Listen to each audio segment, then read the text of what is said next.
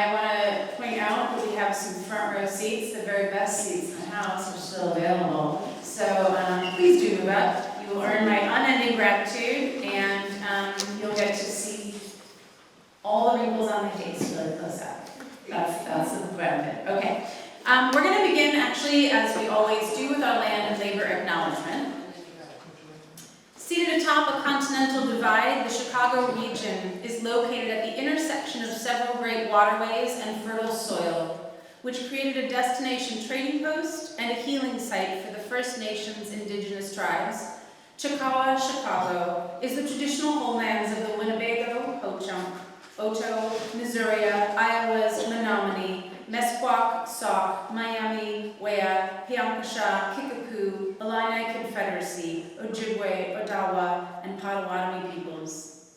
These and other tribal nations have been and continue to be stewards of these lands and call them home. We acknowledge that the environmental destruction of Anahuac, Turtle Island, in order for white European colonizers to create an industrialized North American United States, came at the violent expense of indigenous people. We acknowledge that the formation of these North American United States was brought about through the forced, uncompensated labor of enslaved Black people and Asian immigrants. We acknowledge that Black people's rich contributions to North America have been widely ignored and erased.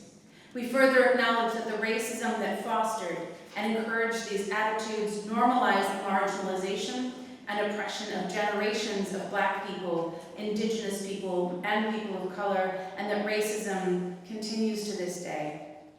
The Chicago Poetry Center acknowledges the land we currently occupy in Chicago, all our ancestors who came before us, and their living descendants who envision and shape our future as we hold this shared space for art and expression.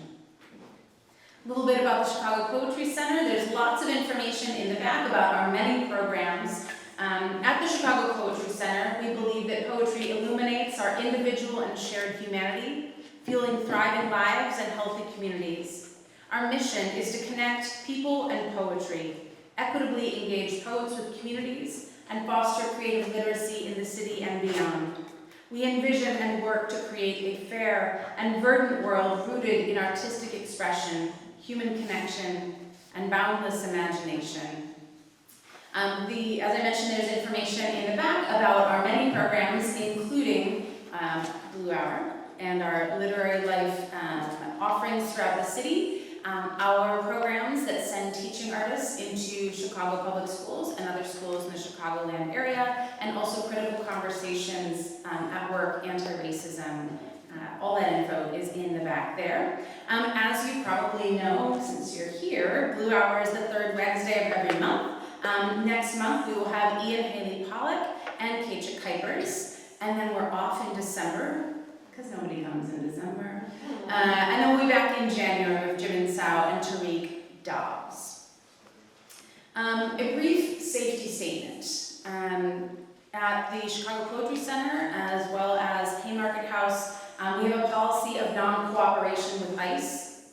We do not anticipate any issues, but we do have an action plan should ICE arrive in the vicinity during an event, including safe space behind locked doors for anyone who might need that. Should that occasion arise, I will take the mic and let you know what to do next. But I want to ask any CBC staff members in the room to just raise your hand. You can see any of us. Right at the back table, Helene over here, me and Bee will be around as well, and we can help you out in case of that. We also have, we have these whistles. Does everybody know what the whistles are for? Yes, no, sort of. There's information about the purpose of the whistles in terms of rapid response and notifying our comrades if there is ICE in the area. Feel free to take one, check it out. Okay, let's do an open mic, shall we? I'm so happy you're all here. There's really very little that gives me more comfort than actually being in the presence of incredible humans during this particular time in our history of being alive. I'm going to draw 5 names from this jar. I'm going to ask that each of you read 3 minutes or one poem, whichever comes first. So if you have, a 18-page essay ranting about some sort of government figure, just 3 minutes of it. Three minutes of that epic poem.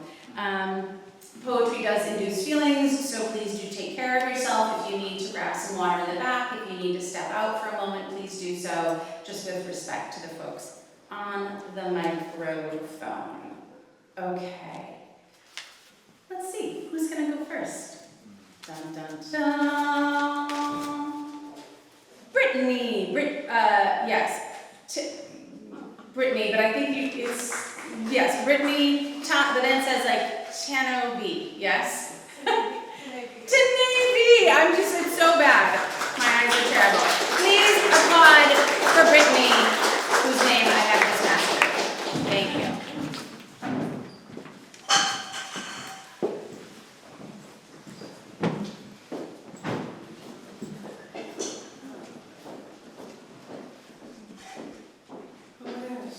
Thank you everyone for being here and for this opportunity. Putting my name in the thing, I didn't know if I would be chosen, but I do have one picked out. So this basically kind of represents, I wrote this before the pandemic, but I feel like it's applicable now to kind of like the world circumstances and the climate. It's called The Fallen Pollinator. Darkness and fog expand across the lands. We fall, one at a time, again and again. There's one unwavering question we have from within. Can you see us now? Where do we stand? As the sorrows of the climate, we decline in life, but bring clarity to unfair hand. Our presence allows the manifestation of nature, the spreader of seeds across your gardens, pollinators, talents, and cultivators. Can you hear the children's voices as they raise them to be heard and join together to shape the earth? As poverty knocks on their door, communities being overlooked and overbought, as their needs are only answered due to our loss, this place that we call home, where does safety lie? With this lack of investment, no general care or genuine care for our sanity and our being, we all grab for our sources and refuge, politically and literally. We are adjusting and fighting to remain intact, not knowing exactly where we are standing at this time. We are all in this to exist, and are knowing. And that's that piece. Thank you so much.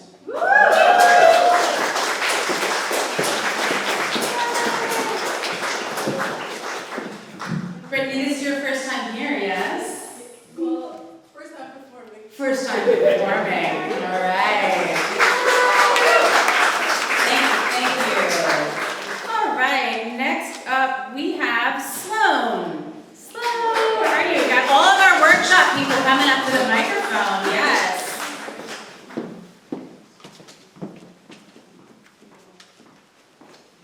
All right. Hey, everybody. This is a poem that I wrote during one of our many air quality alerts this past summer. So this is called Air Quality Alert Multivocal. The feeling of smoke in so many throats, choral path of carbon singing into every inhale, lung, bronchiole, little cavity, like Gabriel's horn. The song originates in the sky and splits as it descends to fill each subjectivity, and the germs toiling in their respective organs do not suspect the world beyond until its rupture opens flesh to blinding light and air conditioning.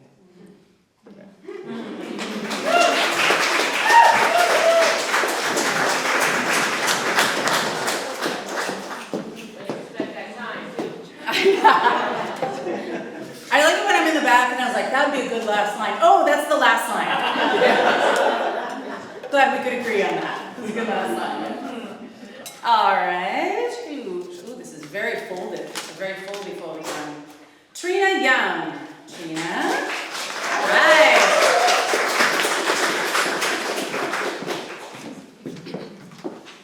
Hi. Hello. I was like, oh, I did fold mine. Okay. I am going to read a poem about kiwi. Nice. Oh, God.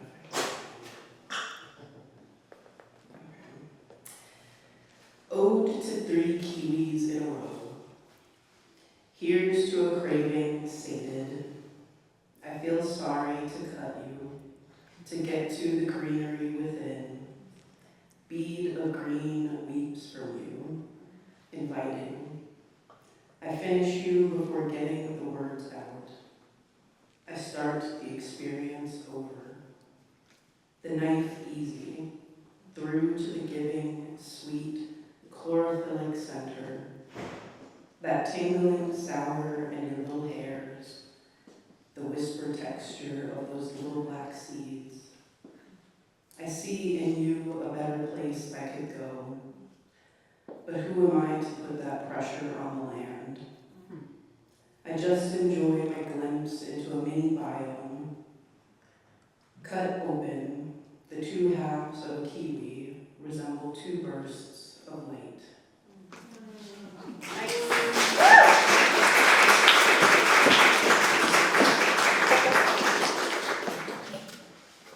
All right. Who's up next? We've got Patrick Reardon. Patrick, is tall, so I'm going to fix this. I could just yell. Oh, you don't need to yell. We have a microphone. There you go.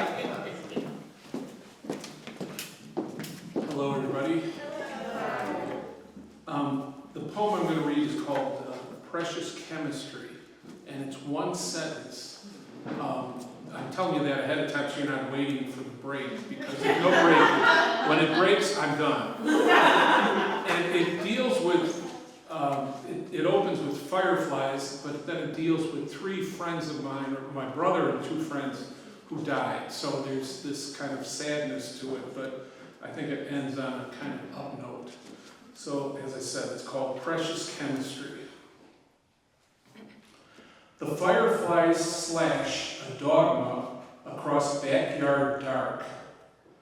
Prophets of light from light, true moon from true moon, and night skylight across the face of the deep. Celestial body of old high school boy, aimless and unconsoled, wakened by the flash of direction, east of lost, north of empty, announcing to me the freight train of his sorrows like a fold-up timetable, flat and without the energy of my sweet brother, who hummed with bottled anguish, compressed fury, who shook at the end with brutal superstructure when he held my face in his weak hands over the phone, when he knew where to find the gun, and left me alone with my sharp-edged scripture of survival. And now, again, alone, mourning the librarian, who, when all the cuttings were over, was tired, went home, died in 5 minutes. Each of us, a tiny firefly of precious chemistry, incubating, birthing, mating, and then darkness. So much for dogma, scripture, and freight trains of sorrow. Thank you.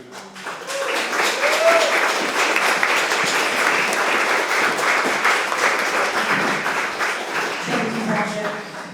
All right. Last reader in the open mic will be, so I need a drum roll. Mariah T. Come on up. Many applauses, many applauses, Mariah. Hello everyone, how are we doing tonight? Hello, can you hear me in the back? Just checking. Okay. I look like Snuffleupagus from Sesame Street.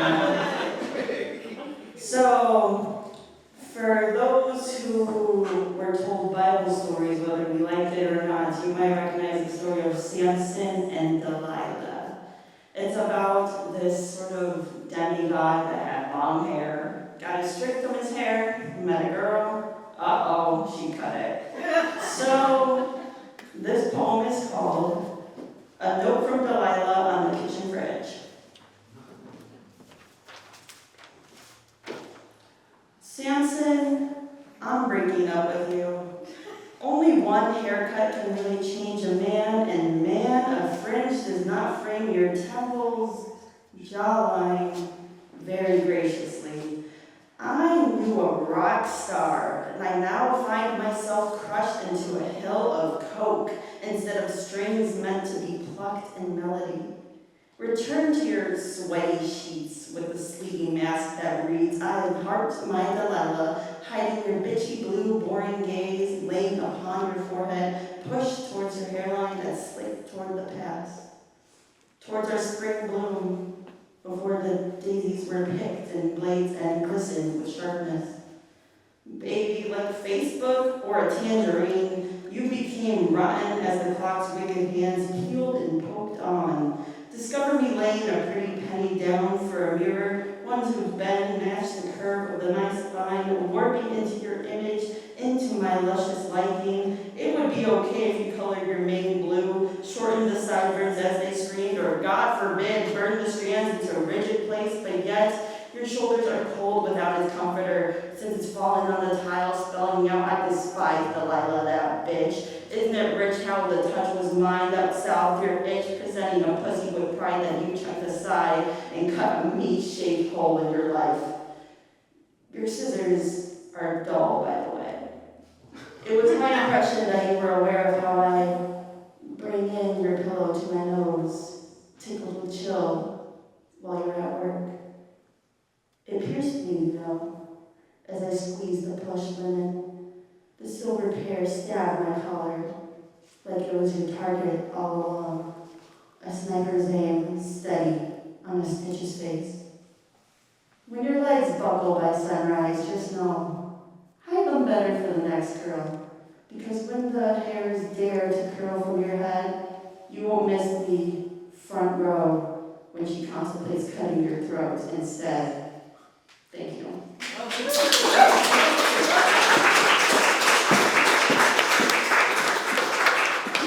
That's what we call a turn in the poem, right there at the end. You're like,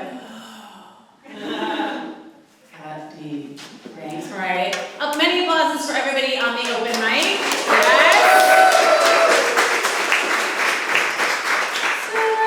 Yes. Okay. We are going to move into the portion of our evening where our featured readers read. Are you excited? Are you so happy? Make more sounds. Yes, good job. Okay. While I am talking about this, you could take this opportunity to move into the best seats in the house. If you wanted to. There's seats right up here. You could move in. We observed this in the workshop upstairs where it's like people took every other seat. It was really cute. And then people were like, oh, no, I'm going to sit all the way in the back. No, come, sit, be with each other. Be with each other. Or do whatever you want, it's fine. I'm not going to harass you about it, I'm just going to invite you. You can disappoint me if you want.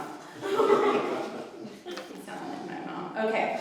I'm just kidding. Okay, anyway, I'm going to talk about these poets. I'm going to talk about these wonderful poets that we're about to hear from. I promise I will read their actual factual bios, but one of the things that I was thinking a lot about in reading their work together, in sort of, as we would say, juxtaposition with each other, was just how immense a world can be created by looking at such small things.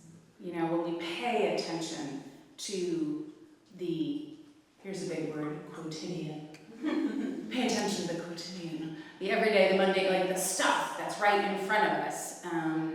You know, how much opens out from there. And I feel like both of these poets are very invested in the stuff of this world and what is in front of us. And then what does that do to our minds? How does that open us to the world? And then what happens if we language it? And how can we make whole new worlds out of that noticing if we're poets? And in this case, if we are really good poets. So I'm very excited for you all to hear their poems. We are going to start by hearing from Alicia Wright. Alicia Wright is the author of You're Called by the Same Sound and the forthcoming essay chapbook, A Coin, a Moth, a Literary Journal. Her poetry appears in Kenyon Review, Chicago Review, and the Paris Review, among others. She's the editor of Amulet and publisher of Amulet Editions. She lives in Iowa City, where she works as managing editor of the Iowa Review. Please make many sounds with your hands and mouths for Alicia Wright.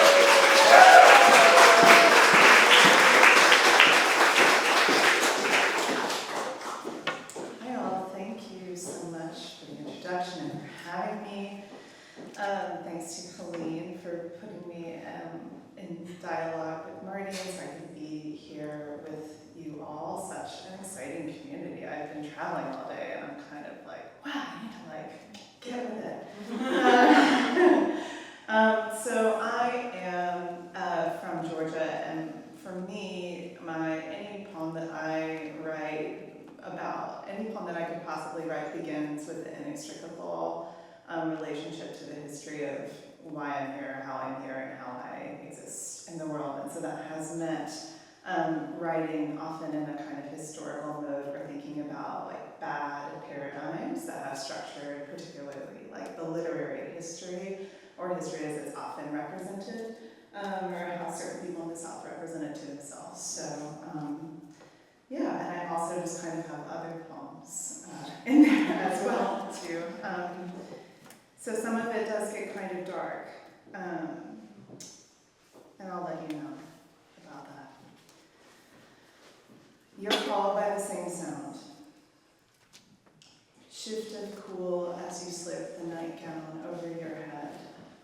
Mirror collection of sounds, I answer. Slick glove of a pond dive, golden-eyed. Straight arrow plunge to the soppy weed roots. We're diving down at the call of it. Made you present in usage practice, longing for her. Water furl rushes from girl knees, gliding. Ambience turning in time to oxbow. You and I don't touch, but held in waves just past. Held in thought, breath never extinguishes. Two lives linked in air and sound. Which one of us a tuning fork, I can't answer.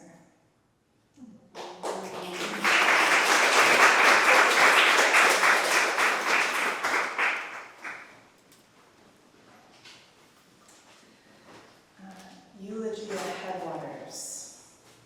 In the center of the city, an interbraid, a long eddy line, milk snake brown, patching, sturgeon green, muted queen snake green in a ripple as the triad of two rivers meet to make a third called Coosa. You live over the river making as it flows westward towards Alabama, where it is caught, pooled by power companies, by General Electric, who use the river's weight and flow. You can see where this current is taking you, nuclear, this point of critique as distinct from elegy. This is supposed to generate a pastoral, which is commonplace to know is contaminated by thinking.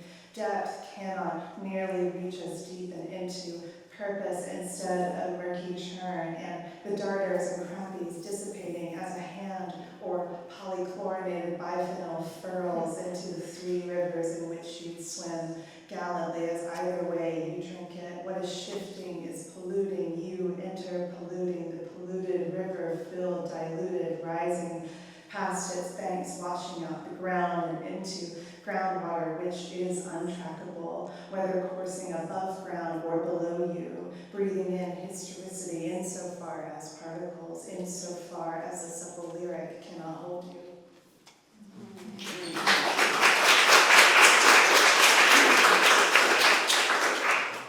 One day a friend asked me what the opposite of Nafra was, and I had to go look it up. I was pleased by this question. And the answer is epistrophe, which means that, there's a word that recurs at the end of the line instead of the beginning. And I thought more and more about what that would mean to how to make that work in a poem. And so this is kind of what I figured. And this poem uses, as a consequence, a phrase a lot, so be prepared to hear that. I can explain later, if you like, about its composition, but there's a lot of different kinds of information and references and numbers in it. Okay. Everything that rises.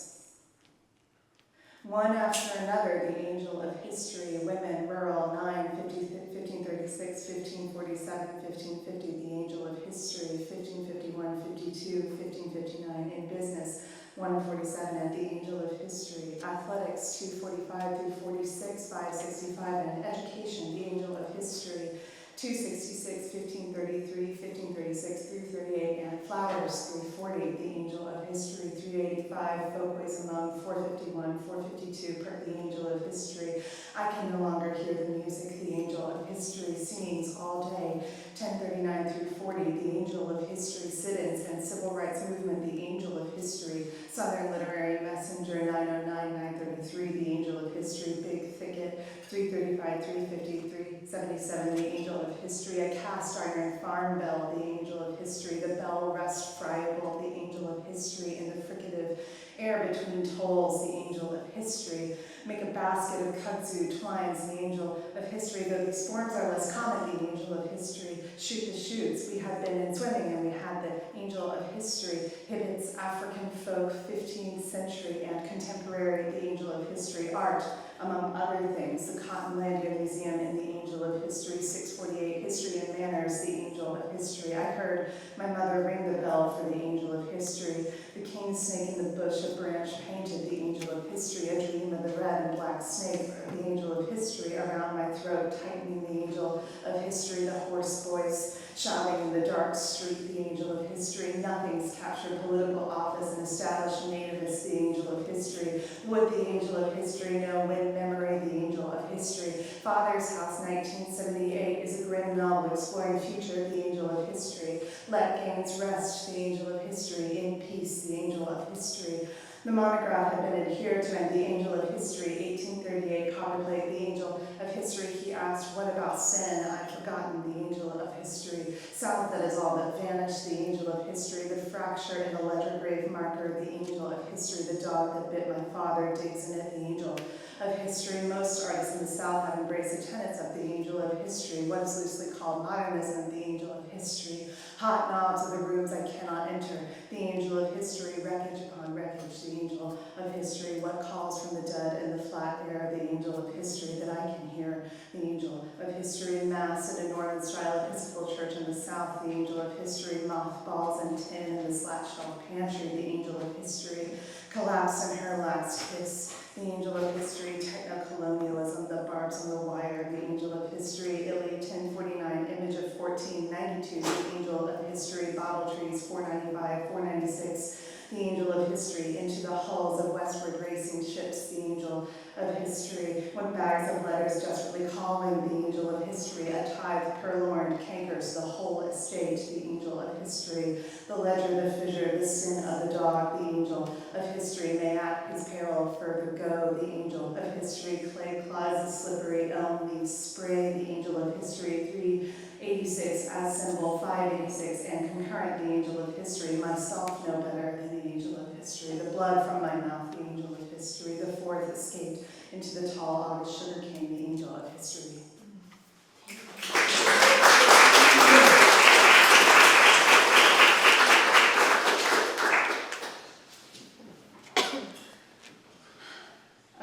This poem, I was thinking about, well, this poem has cannibalism in it. About a country that eats its own. Jane and Starving Time, set in Jamestown settlement in Virginia, 1609. We grasp, oh, it's a persona poem. We grasp at everything but clasp, nothing but wind. To have had my girlhood first at sea, and here in leafy canopies, silver cedars, oaks, and wailing owls, and otherwise in timber dark.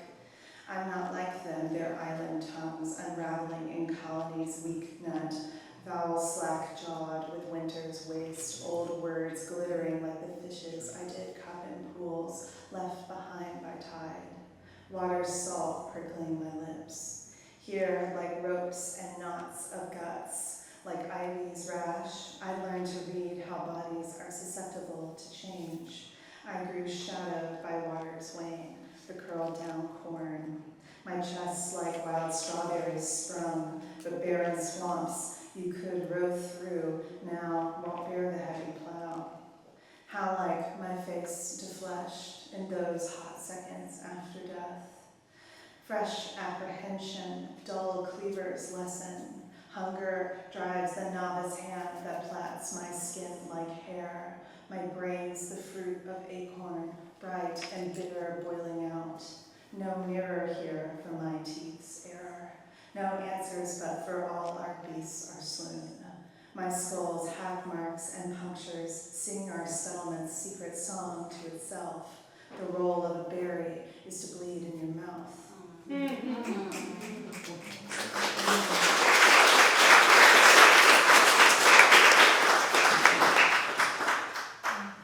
Fun history. Okay, this is someone read a great poem. Oh, the Samson and Delilah poem. That was so fun. And so I thought I would read kind of like my Bible trivia poem. Actually, it's kind of like over. So there's this name, Aceldama, in the Bible, and I didn't know it, and I came across it while working on the poet at Snow Abrams archive. And she uses it in a long poem, and I was like, what's that? And it turns out that it is the name for the land that Judas bought for betraying, with the money he got for betraying Jesus. And in some versions of the Bible story, actually there's just two, but apparently the second he steps onto the land, he explodes. So I was like, oh, I missed that. Growing up. So I again thought, how can I make this useful to myself in a poem? So this poem is sort of something like that kind of happens, but really it's a poem set in what's now called East Tennessee in the early 19th century about a traveling preacher. Aceldama, burning being, gathering mass, a man on horseback, low-flung meteor, borne down with purpose, unfurling over the ridge, God's anonymous muscle, moonless shadow, denses than his horse's vessels, tremor and contract under intent, no step his own, divinely guided between outposts. If a man has no land, he might still possess the words of the Father which spread with him, imagining bread as ashes, giving thanks for his endurance, incarnate state, vesture of wild flowers, here a vast green luxuriant meadow, in his vision beauty that surpasses, springing up in all directions, as much as the eye can take. Countlessness given and adorned for him, wild strawberries so profuse his horse's hoofs staining deep red as they tread. For him, his thoughts the seed, himself the lone post oak, each cell a spur, for he's received that which cannot be exchanged, the word become his word alone. Portent requiring dispersal, his mission replicates a dandelion whose detonated head falls along the conical hill, obliterating coreopsis like 30 silver pieces gotten when he lands, a betrayal severing communion, darkest lightning in the somber belts of timber.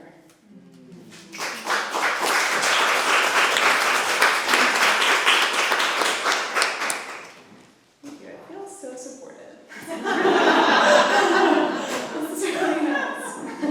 As I read these grim poems, okay. All right, I will do one more. This poem is about loss to suicide, explicitly, and the title of the poem comes from the last text that I ever sent my cousin. We were joking about the world being terrible, and I said, I hope a comet comes. And we were riffing about that, and I said, "May death come swift and merciful," and that was the last thing that I said to him. It turns out. May death come swift and merciful for Philip. Still I have not found the route to you. Running down the hard gray beach I turned. Stranded by the railroad track you sought. In the Somerset aegis of proximal love, filially warbling under the magnolia, I kissed your startled sister's brow like you, through my lips, my body funereal. Having dreams in the precognitive way, I once awoke knowing the pit of an action, a whole of having happened while I slept. Your head struck the ground, giddy. Your head where next you'd shoot 13 years later with no signal. Those last words I sent you took to the temple in the fluorescence I saw as blood filled temporal impacts gap, as blood filled the vessels of recognition. I spoke the future ever out of grasp. You heard the sound of my voice ethering. I knew which language would reach you. A body so alike it can't be touched. Thank you.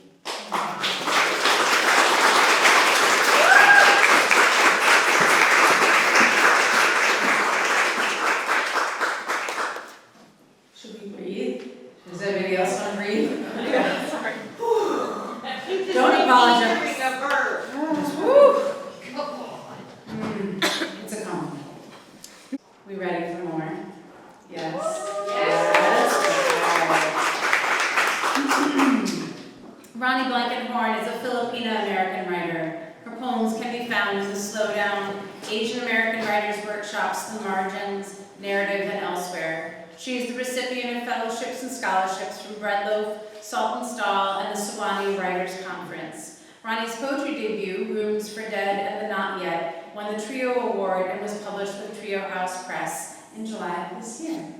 Please welcome to the table, Rhoni Blankenhorn.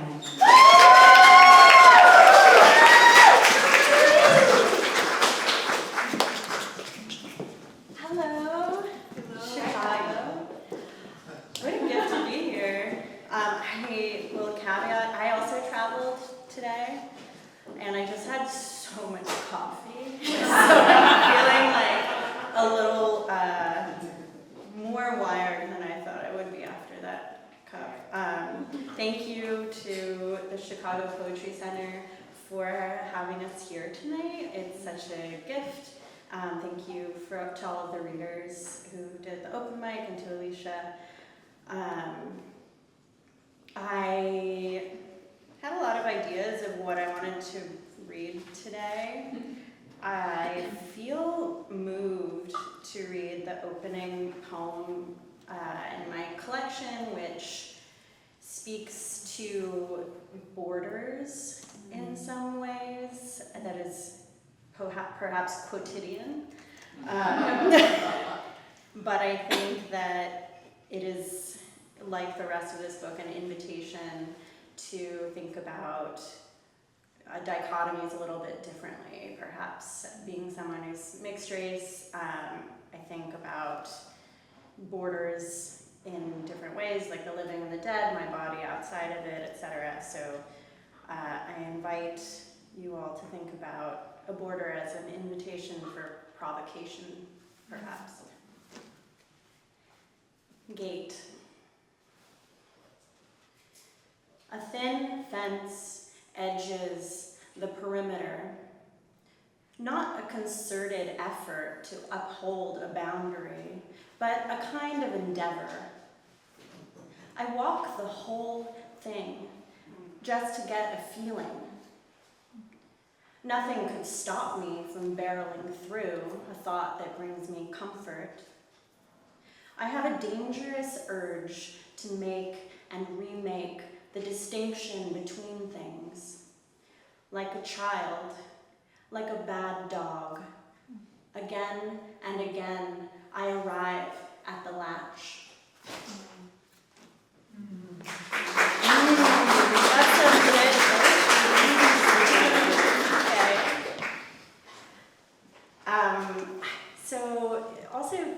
about what Marty was speaking about quotidian, and I guess about things that emerge in writing as we're doing it. I didn't realize until I was putting my collection together that there are so many dogs in these poems.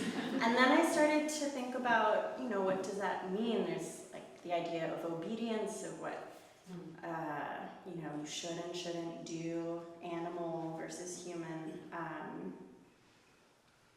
So there are many dogs in these poems. Pets. I love like a dog who has an eager nose and is dumb. I listen to sad songs and pop ballads. When I open my eyes, I notice the quality of light, how it cuts through the glass, hits the floor, then my crumpled blanket. The light's audacity fills me with ruin. This morning, a cluster of flowers peels open, pink and star-like, dripping with nectar, and I shove my face right into them. I have not yet come to understand my ghosts as dead. I feel them around me like a cloak, protecting me, weighing me down. When I run along the river, my ghosts fly alongside like gulls. You're ruining your knees, they call. Shut up, ghosts, they call back very seriously as real birds dive for the silvery fish that somehow managed to live on the Hudson. In the Hudson.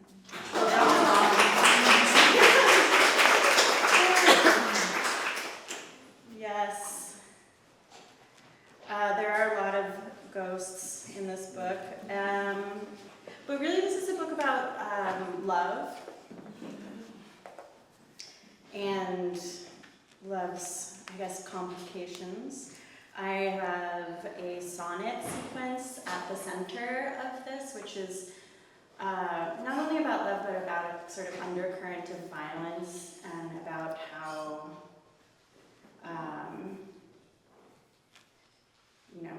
I suppose both can be true at the same time.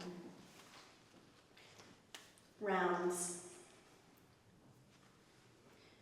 Not that I ever saw him shoot a single shot, but I knew about the guns Dad kept beneath the bed.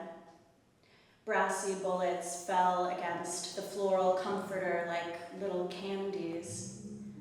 I warmed one in my palm as he demonstrated how to take the gun apart, how to piece it back together.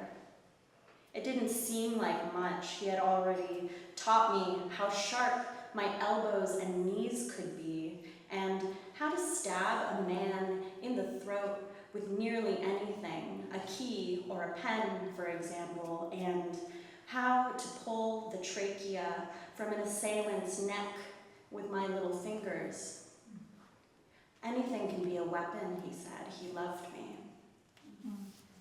After Mom died, we were always moving. Sometimes family helped. My 10-year-old cousin Dylan was carrying the guns. I imagine I shouted, "Give me that," but honestly, I never shout. I took the guns away because he was a child. So was I. Dylan was probably a good shot already, having grown up in Virginia.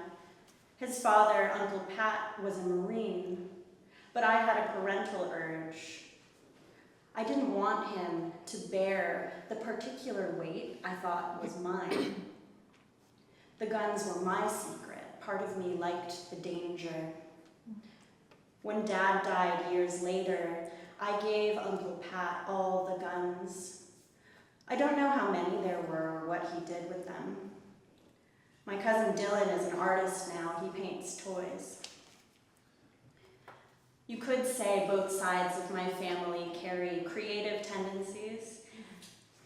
Both are a bit scrappy and military, which makes for good stories. For example, my Filipino grandparents met over a dog. His name was 50. He bit the neighbor. The court ruled that Lola hand 50 over to the man he bit.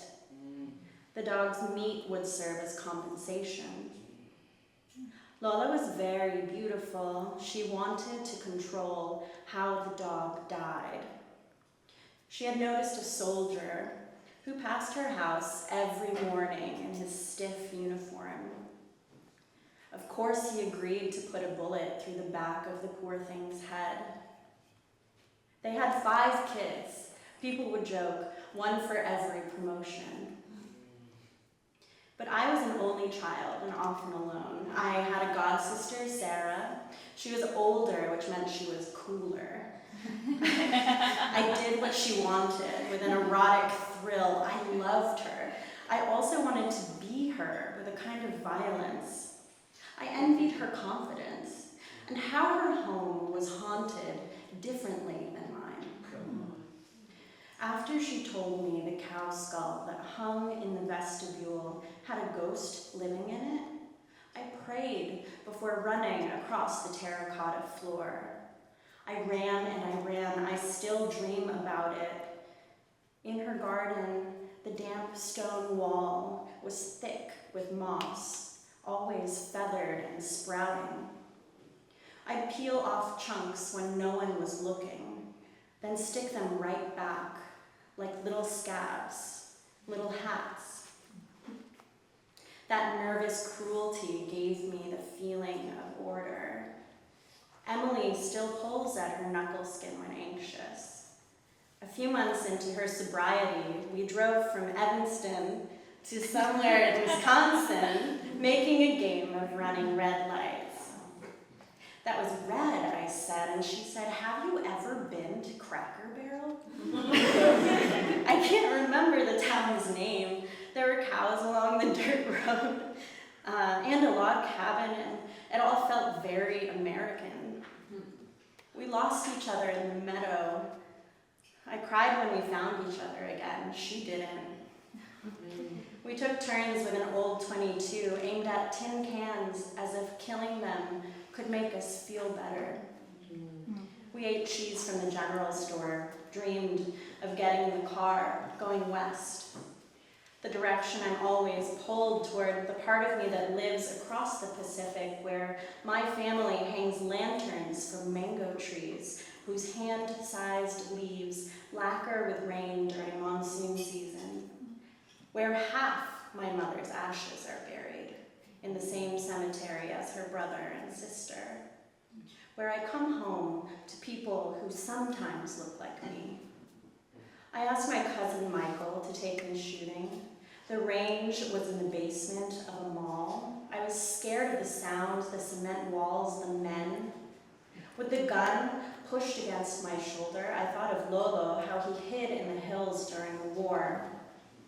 Before heading home, we stopped by the bookstore. Michael was looking for a novel for his daughter. We were unsuccessful. On the way back to New York, I stopped at a ranch. I was a pretty good shot, according to the cowboy. We rode the green hills looking for turkeys, couldn't find any.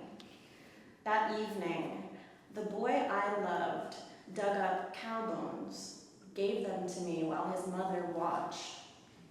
I soaked the bones in bleach, but couldn't get the smell off. I wanted them good and clean. I wanted to make them into art.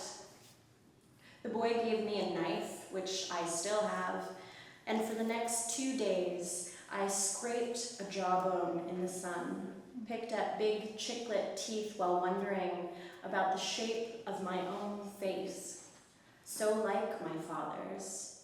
Not that I ever saw him shoot a single shot.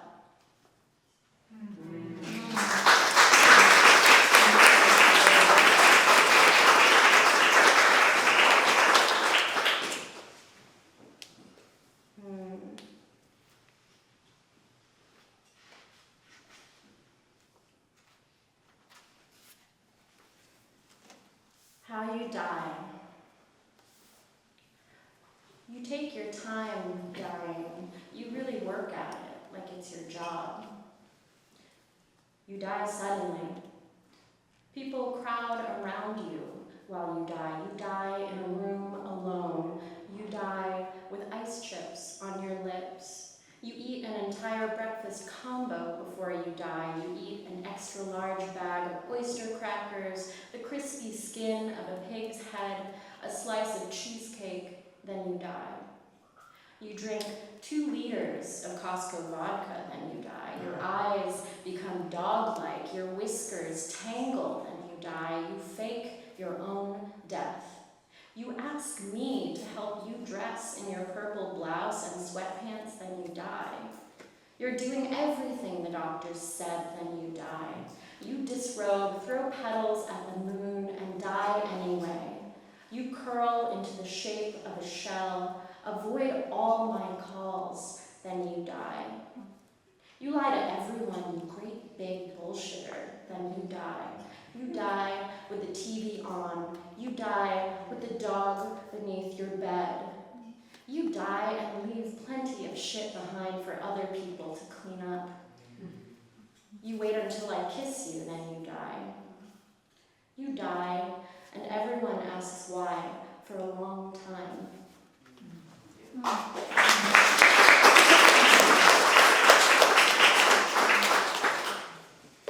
I do feel really supported up here. You're so right. You guys are so great. That poem is kind of hard. I like making eye contact when I read, and when I read that one, I'm like, you die. I'm staring at people. And sometimes I feel a little weird about it, but you guys handled it really well. Okay. I'll read this maybe a little funnier. Also about borders and an invitation to think about what those intimate spaces Okay, here's another thing. One thing I love about being part Filipino is that I get to tell you that in the Philippines, we refer to the bathroom as the CR, or the comfort room, which is so beautiful. Comfort room. You can inhabit every bathroom you've been in at the same time in your mind. The bathroom is a place outside of time. People don't ask many questions. You close the door, disappear. A closed door is a concrete thing, which I like. I have a hard time setting boundaries. I live with the possibility of intrusion. Lying on the bathroom floor with Emily, we were so hungover we could barely move. The drip of water, we pretended we were in the rainforest until we felt well enough to do it all over again.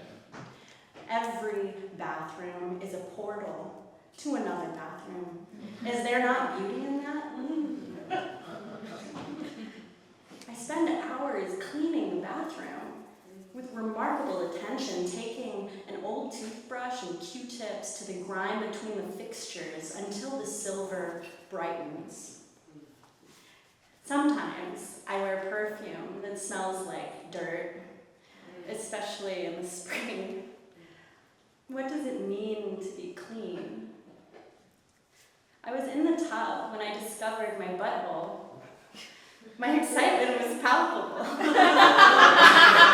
A hole, I exclaimed to no one. No one was looking. I found comfort in the reality of my body and the disarming that comes with disrobing and the stripping away and or letting go. When you and a friend go into the bathroom together because you want to keep talking, you emerge with a new kind of intimacy. The shared experience of being corporeal machinery, of being systems with needs. At the DIY venue, someone scrawled, "We love you, Ginny," on the bathroom wall. Ginny died near spring. Also, the mirrors. Mom took me into the shower. I could see my future on her body. Scars across her chest. She pointed at my sex and laughed.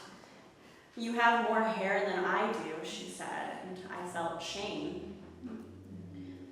I'm still surprised by how fragile things can be.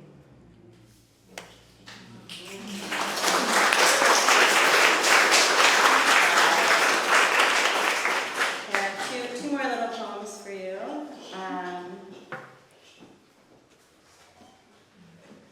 And I love the month of October. And I don't necessarily think of ghosts as malicious. I think they can be friendly. Ghost. After Mom dies, I start to become her. I cook and clean. I move quietly around the house. People talk about my hair, how it looks like hers, and my lips. I start praying again, though I'm not sure to what or to whom. I try her clothes, wear her makeup, iridescent blue, straight from the 80s. You can belong to a dead person a little bit. Living at all requires that kind of violence. People say the one thing that's guaranteed when you're born is an ending, but what really happens then?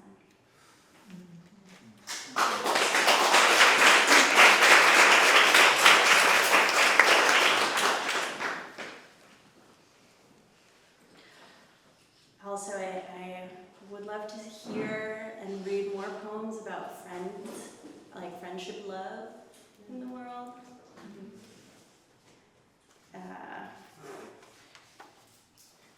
I feel like people write about romantic love a lot. More friends, more sibling poems too, I think. Not that I have any, but you can do it. Comfort. A few days after Ginny dies, her boyfriend and I walk through Washington Square Park, past the skateboarders and weed clouds and dogs, past the dried up fountain because it is not yet spring. And as we approach the big white archway, he reaches for my hand with an intimacy that feels natural, like any two people in this moment could only be doing exactly this. And I feel so many things at once. A sense of dislocation, like the I who is walking through the park today should be my dead friend. And like my hand is her hand. And like he and I are not holding each other's hands, but are in fact holding hers. This is how we walk through the rest of the park. And when we reach the edge, we just let go.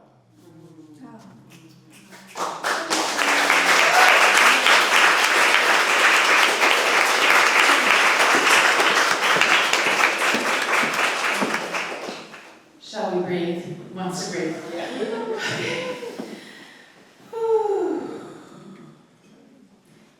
Let's do one more round of applause for everybody in the open mic, those of our featured readers tonight.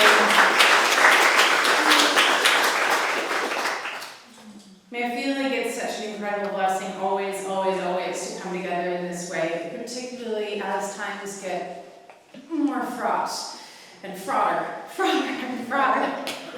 It becomes more and more important. So thank you for being here. A couple of quick things. There will be books for sale in the back. Both of our readers have books. I'm always telling our features the truth, which is that there's a book buying audience. Do not make me a liar. Thank you. There's still going to be beer, wine, water for sale in the back. Have some. Also, there's some hard kombucha that was donated by the Bay, and you should go buy that. It's great. We have a lot of it. Also, big thanks to the Chicago Poetry Center staff. Wave your hand